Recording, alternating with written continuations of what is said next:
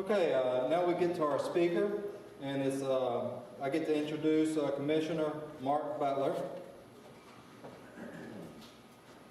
The Georgia Department of Labor is a community-based department that focuses not only on helping people apply and receive state benefits in an efficient manner, but also coordinate with private industry to ensure that people on a steady track toward reemployment. Mark Butler became the 9th Commissioner of Labor on January 10, 2011. Commissioner Butler served the previous 8 years in the Georgia General Assembly, representing House District 18, comprised of Carroll and Haralson counties.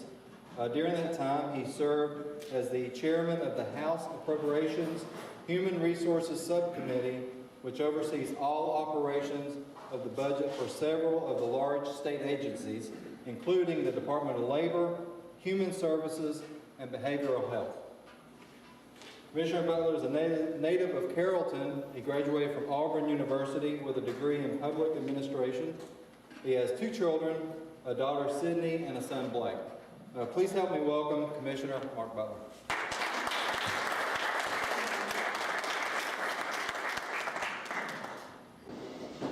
Can y'all hear me okay? Yeah. You might like to move around, or I like to stand behind the podium.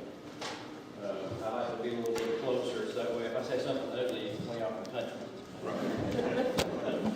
Well, we've got lots of things we'll talk about. I thought about doing an experiment here today and just asking y'all the question, give me the question part first, and then do the speaking afterwards. That's always a fun challenge. And that way you never know what you're talking about until after you get the questions. But what I'm going to do is I'm going to try to save a little bit of time, let you guys ask, take the majority of the questions. Go ahead and kind of cover some obvious things first. As some of y'all may have heard this morning, if you listened to radio, turned on television, whatnot, you saw there's unemployment rate improved over last month. And let me give you a little background. When I talk about the unemployment rate, I like to kind of give you a little background about how that works and what you really need to be paying attention to when you hear the numbers. Because I'm going to tell you, I'm the first one to tell you that the unemployment rate, when you hear, whatever it is, 7.8, 9, 10, doesn't matter. That number really doesn't matter. What matters is what makes that number happen. That's what you really have to be listening for. The numbers that come up with your rate. Because you can actually see unemployment rate go down tremendously and it be a bad thing. So how can that be? Well, if you have 25% of your workforce drop out, that'll make your rate go down. Because then you have this many jobs, this many people in the workforce. So you have a better rate because you got more people work versus your workforce. But where do those other people go? So you have to pay very close attention. Now, people always ask me, so, well, Georgia's we're at 9% now. We were at 9.2 last month. We're at 9% now. The national rate is 7.8. And people always ask me, why are we so far behind the national number? Well, I will tell you, we're not. And this is why. You take a look at Georgia's numbers. For the past, 17 to 18 months, with the exception of 2 months, we have seen our workforce number actually increase. Matter of fact, it's at the highest point it's been since 2007. So our workforce number, now when I say workforce, that means that people that are available, either they're in a job or are currently actively looking for work. That's the people that are available to be in Georgia's workforce. That number has actually increased since 2000. It's back to its 2007 numbers. So we're back on track with the pre-recession numbers in our workforce. All right. We've also seen job growth over the last 12 months. We had around 62,000 jobs more this time this year than we did last year. Also a positive number. If you take a look at the national numbers, we've seen job growth actually slow, but we're also still 2.5 million people less in the workforce than we were 4 years ago. That's a lot of people. You say, where do they go? Well, how that works is if somebody hasn't looked for work in the last 4 weeks, they're not counted in the number of workforce. So it's a little bit different. So So our rate, if you take a look at what we're doing here in Georgia, what's happening here in Georgia, yes, our rate is still high, but we're seeing positive signs. We're seeing more people go back to work. We're seeing more people look for work. People say, well, are there any jobs? Yes, there are. I can tell you that. As I travel around, I just got back from South Georgia yesterday. Toured several businesses, talked with HR managers, and without exception, every single one of them will hire. One of them was a manufacturing firm. I did not know that the largest manufacturer of lawnmower blades is located in Georgia. Did y'all know that? I did not either. I do now, and I've been there. Very interesting place. You can always tell which ones are made by Snapper, or for Snapper. They're all red. Everybody else is not. But he's hired. Matter of fact, he's about to do a very large expansion of that firm. And he sends lawnmower blades all over the world. I guess that's almost a recession-proof business, you can almost say, because guess what? That grass is over there. Of course, now, ladies, y'all would like to visit the other one. I went to the other one called Mascot Pecan Shelling Company. And I thought I was going to go to a place that's going to have a bunch of pecans. Guess what they really make there? Candy. And it's really good, by the way. I had to have a couple of samples right off the line. Of course, I had one of those moments where the line was going down there, and I had to stop the line because something went wrong with one of the packing machines. And I said, I was just waiting to see the I Love Lucy moment. Because that candy was just moving down through there. So, but we didn't have one of those. But I mean, if you talk to employers, I mean, a lot of people are hiring. And you know what they always, and when I ask them, so how's that going? I get the same answer almost every time. And they almost always say, I'm having a hard time finding qualified people. So what does that mean? It means a lot of things right now. I can go ahead and tell you. Sometimes we have a skills gap. You remember over here, Ryan? He's right about welders. That was a stunning thing that hit me within about 45 days of being in office. I had a guy down in South Georgia call us up. He was all ticked off at us. Because I just got there, so I said, hold on, let's see if I can fix this. But, he was struggling to hire people, which actually was kind of a stunner too. But how could anybody be struggling to hire anybody? At that time, it was 10% of the point. But he was needing certain skills. Welding is in high demand. And it's not just Georgia either. It's all over. It's Southeast. Matter of fact, in Louisiana called me about 2 months ago. They were saying, hey, we're in trouble. We got to have some welders. Can you guys send us some? And I said, no, because we've been recruiting out of your state. So no, we're not sending you any of ours. In that, and it's going to be other areas. Machinists, industrial electricians. Another gentleman came just the other day, was having a hard time hiring. You take a look at a couple of other areas like the railroads. They're getting really close to having one of the largest pools of retirees come out in the history of the business. And what are they going to do? A lot of trades are not being taught anymore because they haven't been a high demand. Well, there's about to be a demand. Our power grid is getting really close to being to the point where we're just to overhaul it and redo it. Did y'all know that, this was a shocker too, that most schools that teach engineering and teach electrical engineering, which we have a few of those around here, don't teach discipline in power generation. This guy was telling me he's only found one school on the East Coast, and it's up somewhere like in Connecticut or somewhere. And he's having to recruit talent out of Portugal, Mexico, Brazil, because he cannot find the ones that have that certain discipline, because apparently it's very specific. So, these kind of issues we've got to, the skills gap is a big deal, because the need for unskilled labor is just about going away. You take warehousing, for example. We're seeing a lot of warehousing, a lot of distribution. That's a big thing right now. It used to be strong back, that's all you needed. Come on, show up. Be strong, build it. Nowadays, robotics, computerization, all these different things are so different in that area, and which is true across almost everything else. Welding has changed dramatically. Matter of fact, I almost thought about quitting this job and going into welding. No, that's not the one I want. I want to be the nuclear welder. That's the guy I want to be. That's the ones that make the real money. I just met one, of course, now the amount of capital outlay, yes, to have equipment that needs is pretty tremendous, but the return is pretty great. But you're seeing everywhere, CDL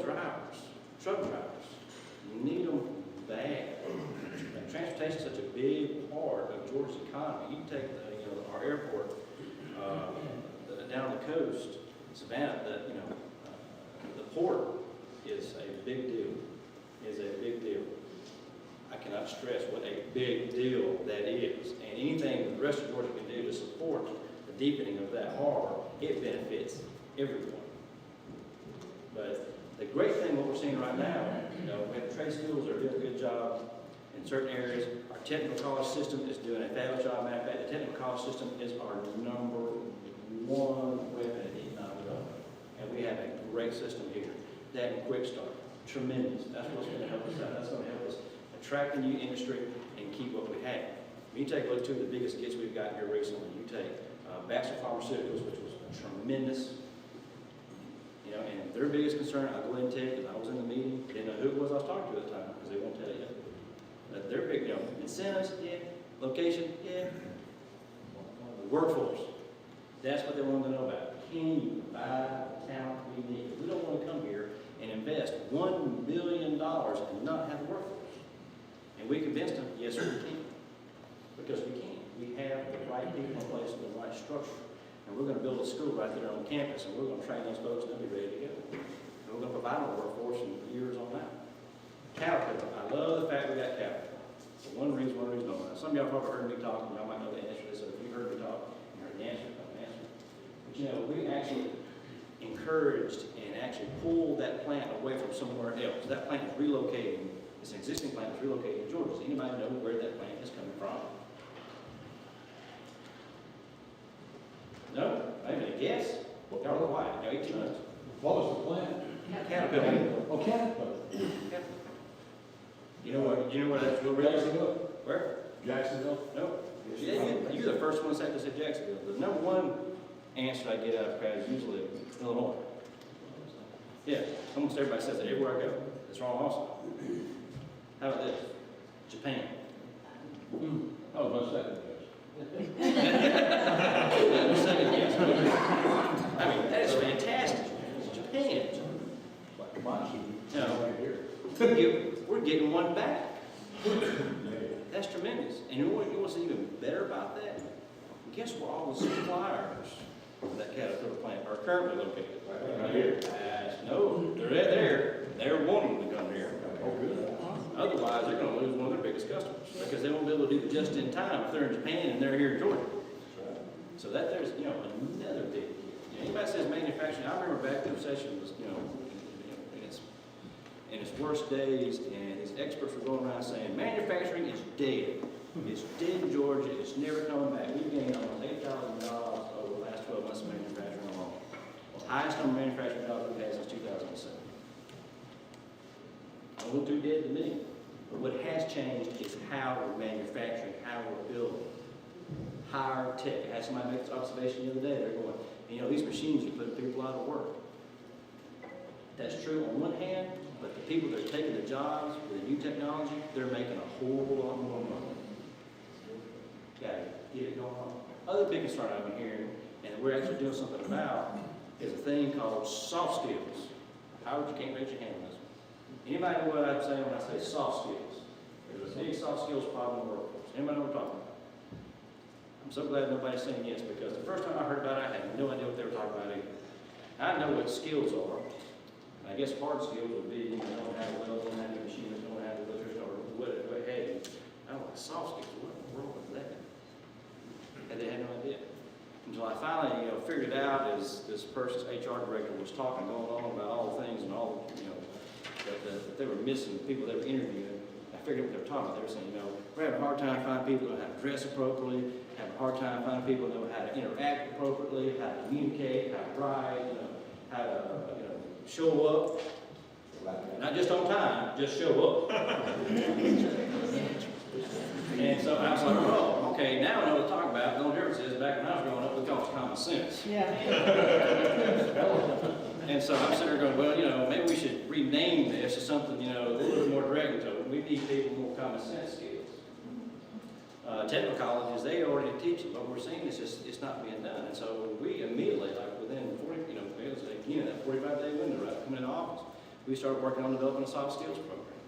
look around, see if any other states do anything. Very few other states are working in this. There's one or two that have some small programs. We started looking at them, took what they had, adapted it, came out with a pilot program that we just started last January called Georgia's Best.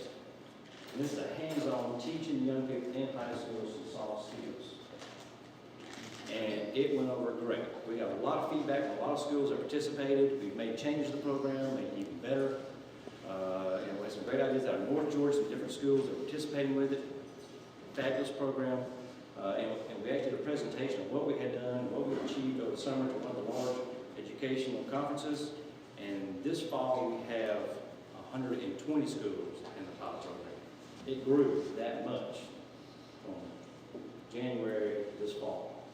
We picked up right at 100 schools that want to participate in it. And the great thing about the program, you'll love this, it's basically free.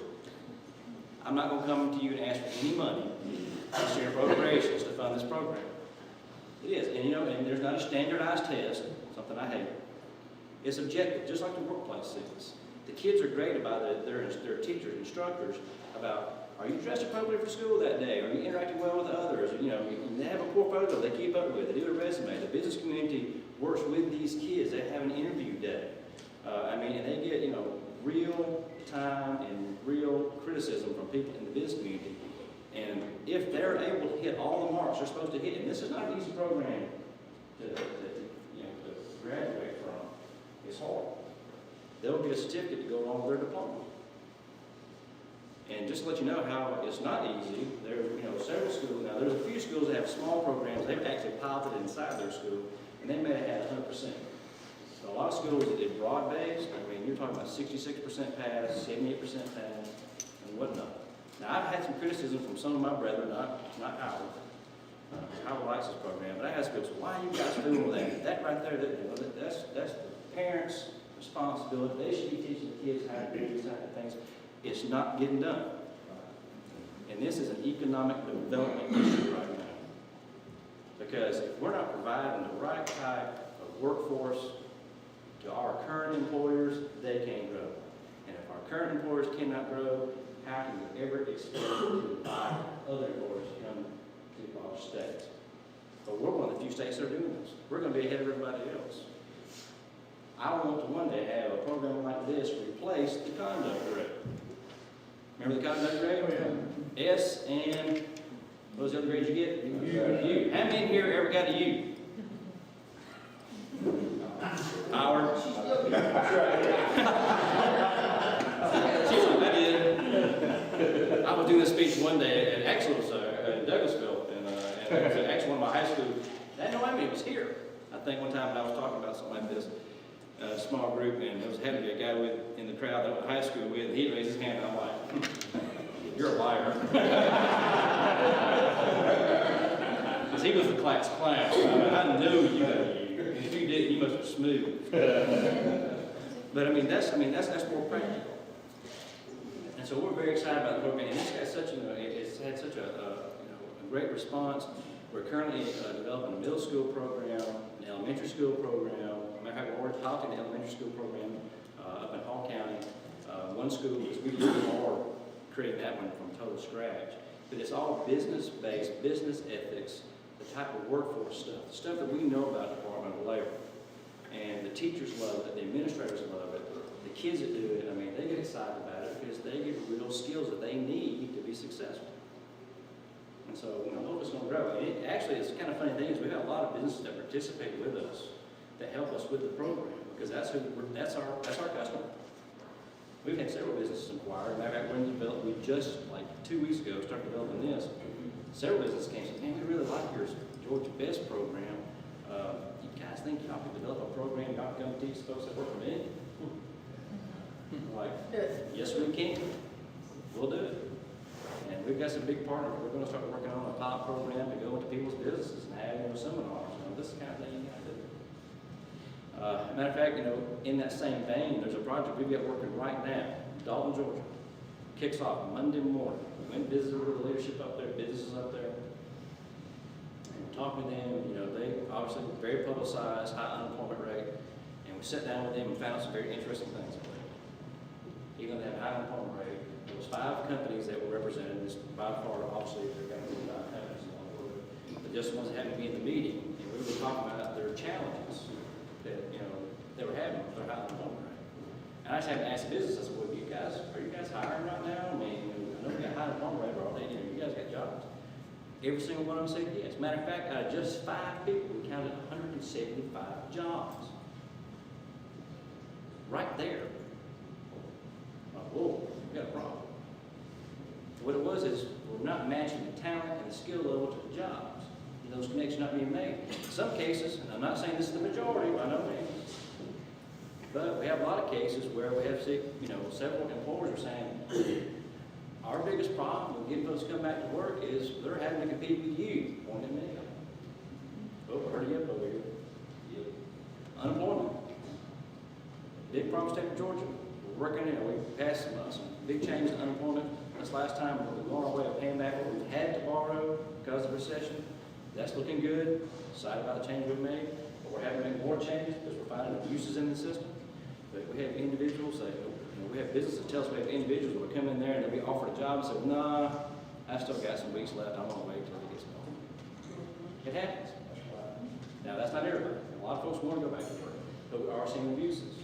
We have to look at our systems we have in place. We're about to make some big changes in Department of Labor when it comes to tracking down. Now, I was under the assumption, I bet you Howard, you were going to be under the assumption too. I was surprised. I was under the assumption. Thanks for recording this too, by the way. Assumption. Didn't have enough caffeine, I guess. That, we had a job search requirement for 3 job searches a week. We don't. It just says in the law, you've got to look for a job. Well, we're about to institute a 3 job search a week. Now, one of the things that my employee says is we got to, especially in the field, how are we going to be able to, track all this? Because our technology is very old and we're trying to save our money and our pennies to buy new technology to track this, but right now we don't have it. So we've come up with a plan to help track this down. And I'm included in the plan. I don't believe in asking my employees to do something I'm not willing to do myself. We're going to collect the data. People turn in, where all they willing to go do their job search. If Joe Smith says, I went here, here, and here, and I looked for a job, and they didn't have a job for me, well, he's going to turn that in. And anybody who works for me, that at a minimum, 1% of their pay comes from the UI, federal money. We're going to make them take 3 individuals and check on their job search, including me. We're going to call those businesses and say, did Joe Smith come by and put in an application? Did you offer him a job? And make sure they're doing the job search. Because to get UI, you sign an agreement saying you're ready and available for work. And if you're just kind of, playing with the system, you're not doing what you're supposed to be doing. So we're going to do a better job checking up on that. We're also looking for fraud. We made some big strides in hunting for fraud. Here recently, and Representative Maxwell, you can back me up on this, and I appreciate your kind words in the paper when I was getting thrown under the bus.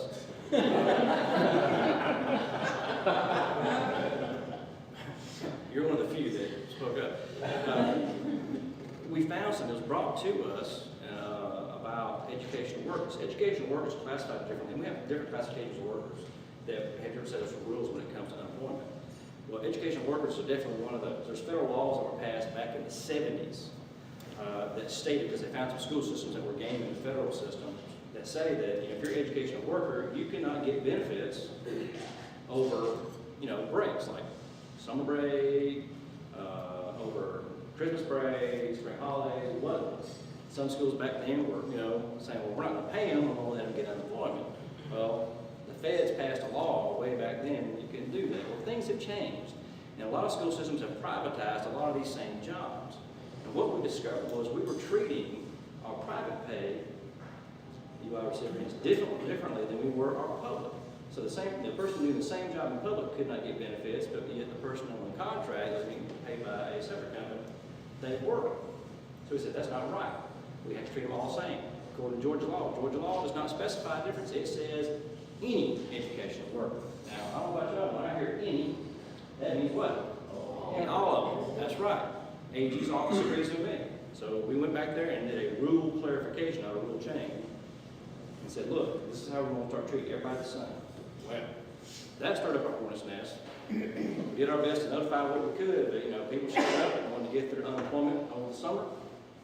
sorry, you're going back to work now. If they came to us and said, they've told me that I can't come back, that they're cutting back, and I've been laid off, and then obviously they're eligible, just like a teacher would be, or anybody else in the public school system.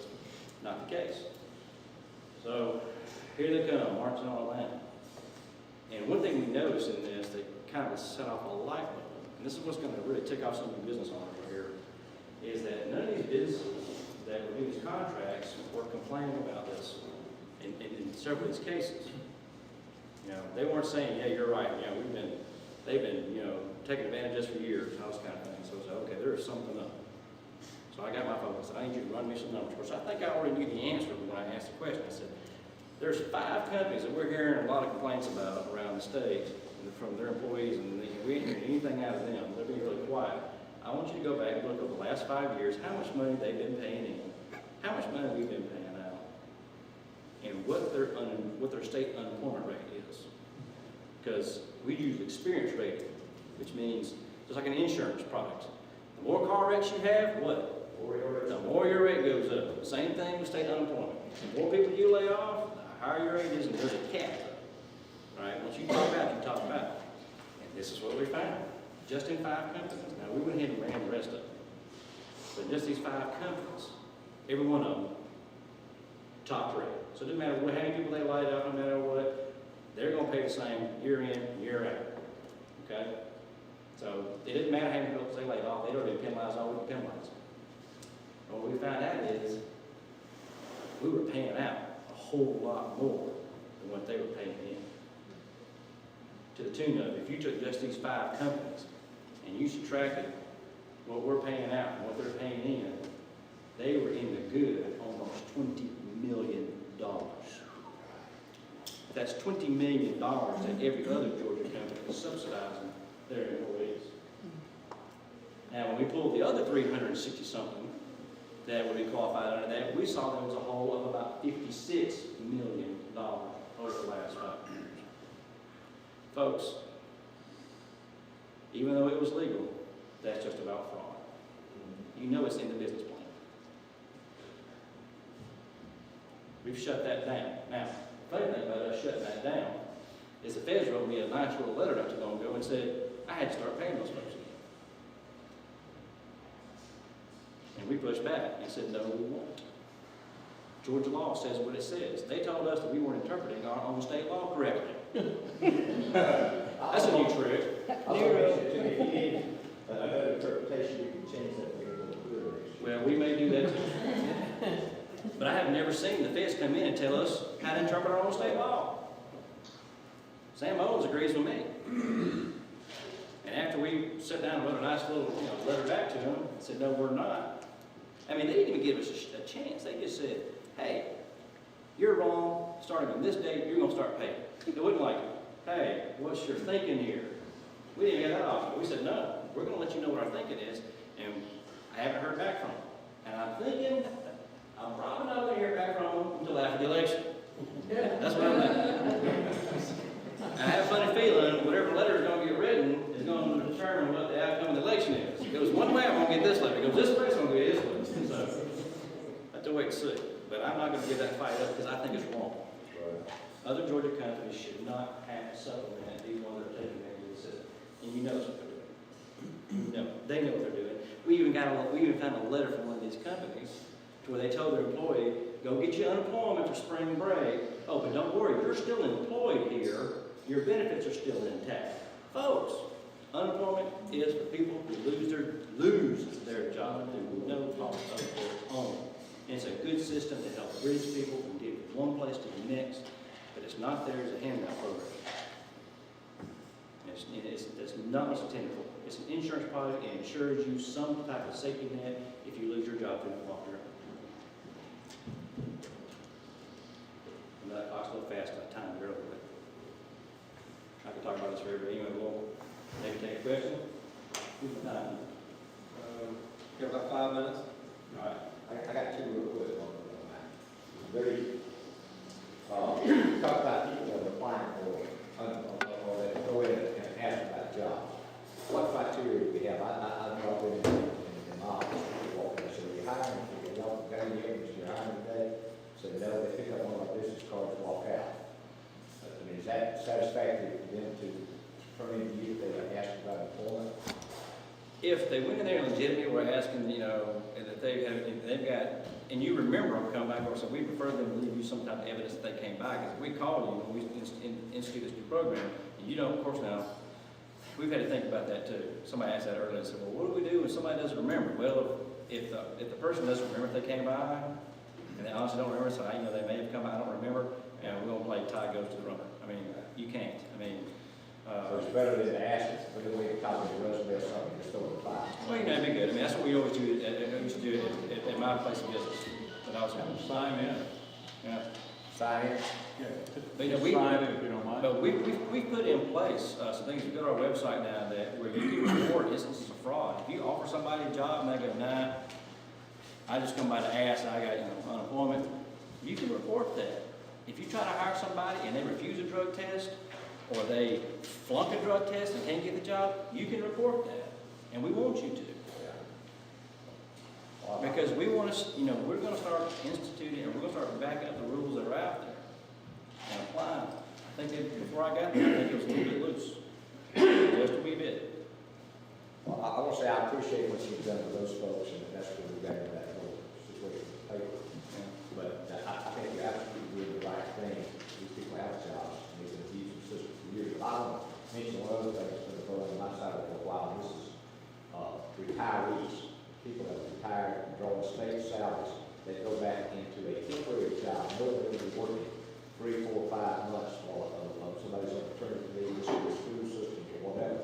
But it's a temporary job. They go in and take that job as a temp, but then when they lose the job, then they go down and file for unemployment. Right. But that's a policy decision. And right now, I mean, how it's set up right now, I mean, if they make the wage base, they have to make the qualified, then they're eligible. Policy decision is going to be made on the ordinance. A lot of states, New Jersey being one most recently, they no longer pay unemployment benefits on classified temporary workers. They've stopped doing it. Well, They said, if you know going in, you're taking a temporary job, you're not going to qualify for unemployment. You knew the terms.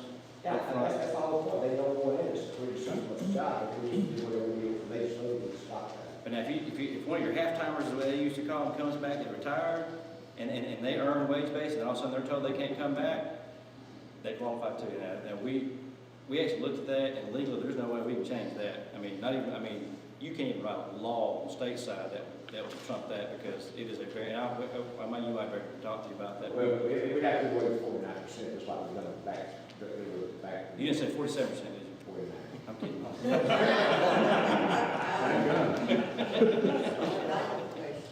Yes, ma'am. I have a question about the practical application of, and Howard can probably help with this, talking about the need for skilled labor here. And how do we get that information, as much of it as possible, into the hands of freshmen in our high school? What I'm seeing a lot, I've got my last child in high school, is that we know that we have children that are on the track to college.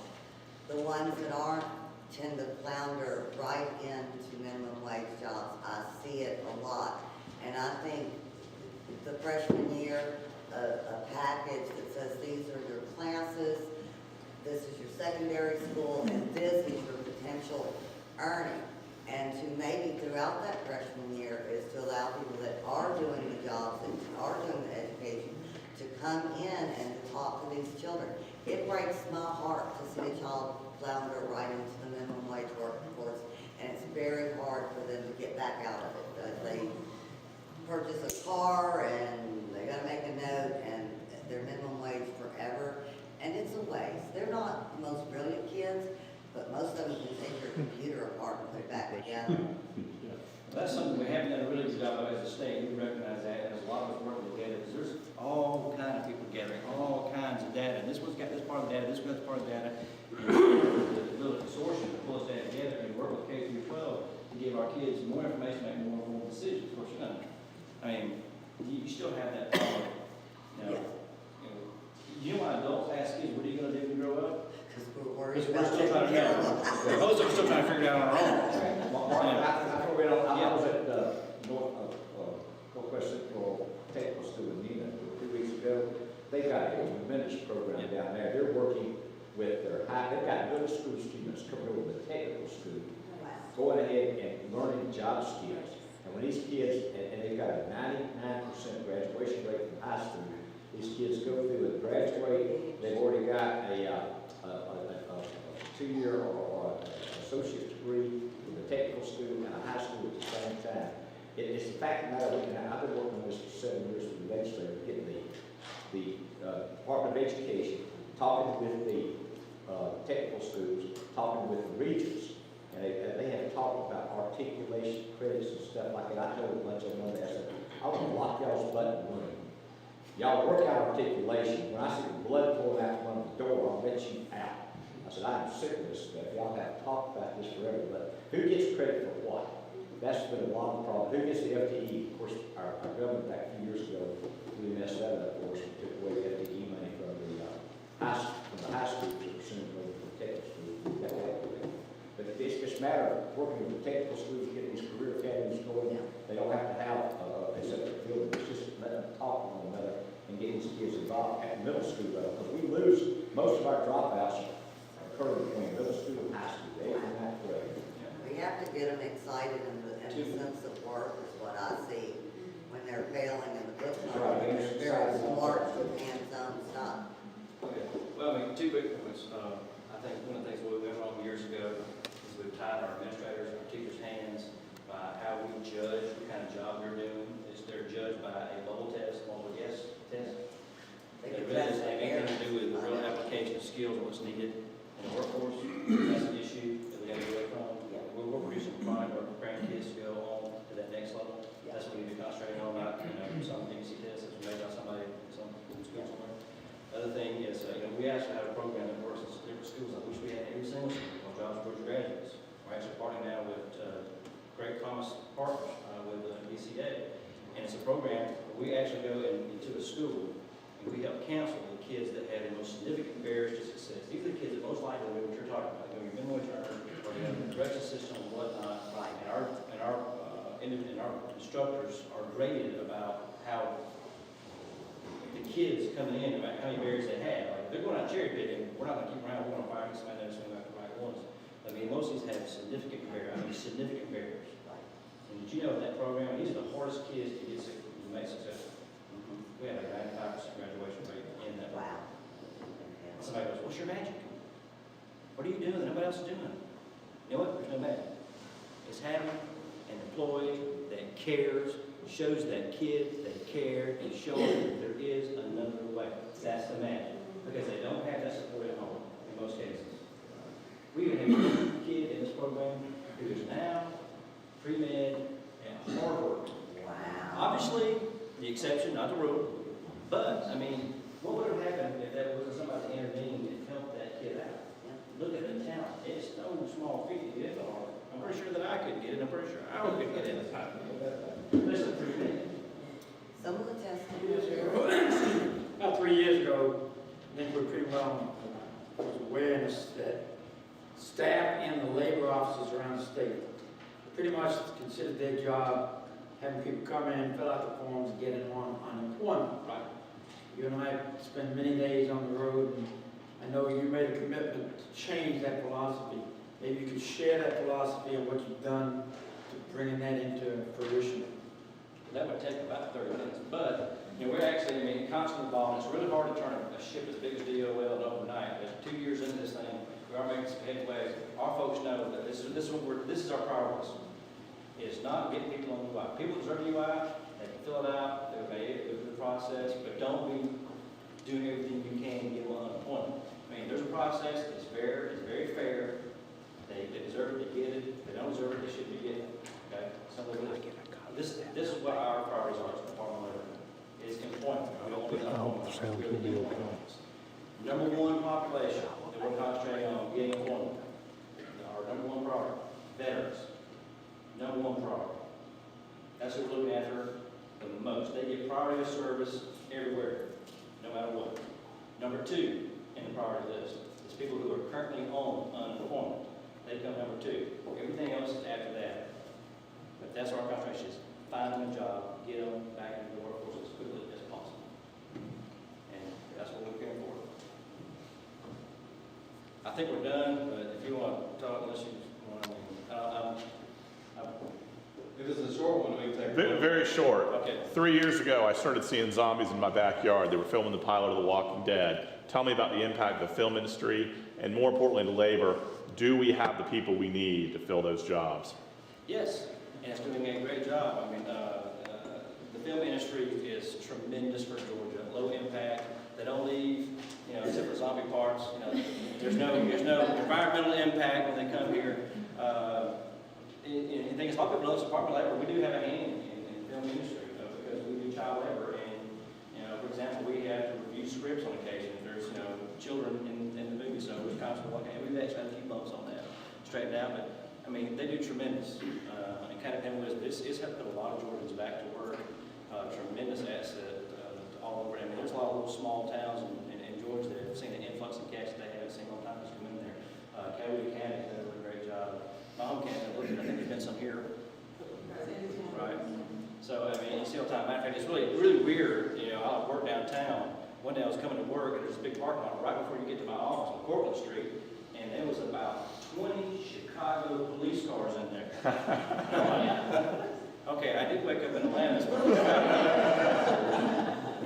So, I mean, and they're always filming stuff. I mean, now it's got like old hat, It's, well, they're filming again, Oh, there's Julie Roberts. Hey. I had a friend of mine actually ran into, what's the movie that just came out with Clint Eastwood? Trouble with the Curve. Yeah, Trouble with the Curve. Clint Eastwood, what's the cute little girl? Amy Adams.